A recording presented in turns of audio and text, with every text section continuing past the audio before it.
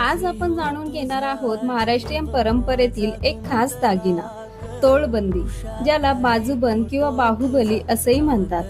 तोळबंदीचा इतिहास प्राचीन भारत आणि मराठा काळापर्यंत जातो। राजमाता, राण्या आणि उच्च घराण्यातील स्त्रिया नऊवारी साडीवर सोन्याच्या किंवा चांदीच्या तोळबंदी परिधान करत। हा दागिना केवळ शोभेचा नव्हता, तो सामर्थ्य, सन्मान आणि संरक्षणाचं प्रतीक मानला जायचा।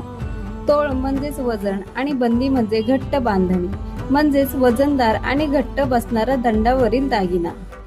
हाताने तयार केलेली वळणदार नक्षी, मध्यभागी घुमट किंवा शंखासारखा आकार, जो समृद्धीचं प्रतीक मानला जातो।